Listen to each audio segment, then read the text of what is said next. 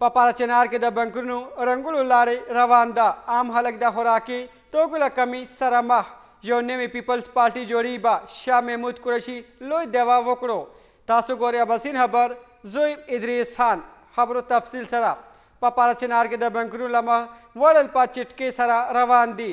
د ولسوای ادارې وایي د لوی کرم په پالش هیل او د ښار کلي سیمو کې نورو څلورو بنکونو د باروتو و وسیلې الوزل شول. له دې سره د په علیزی ټالو گنج د بادشاه کوټ کې هم د رنګولو کار پیل شوي دي. بنکونو له خلکو له خالي کولو وروستو فورسز او پولیس ځای په ځای تعینات کیږي به تر څو امین او نظم وساتل شي. خو بل خوا په سیمه کې د خوراکي توکو سخت کمې دوام لري چې عام خلکو د سختو ستونزو سره مخ کړي دي. ښاریان او د اوړو چینی او غوړي ترلاسه کولو لپاره سرګردانه ګرځي. خو تر سره اوسه د اشیایي کمي د ختم شوي دي. د سوداګرو مشر حاجي راؤف وایي په ټیل کې هانګو کې ولاړ موټرو او ټینکرونو د لیزل د لپاره هیڅ روانې دي.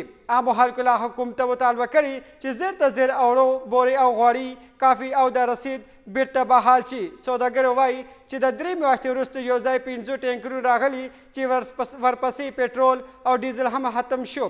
برسره د دې له درملو کمي هم جدي بیټه خپل کړي دي.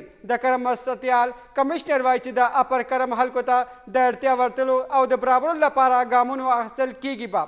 د جرګې مشران نن یو مهمه ناسته لري چې په کې د امن او نظم د بنسټ د ختمولو له بحالي په اړه پرېکړې کیدای شي. یو نوی پیپلز پارټي جوړي به شاه محمود قریشي لوی دعوا وکړو.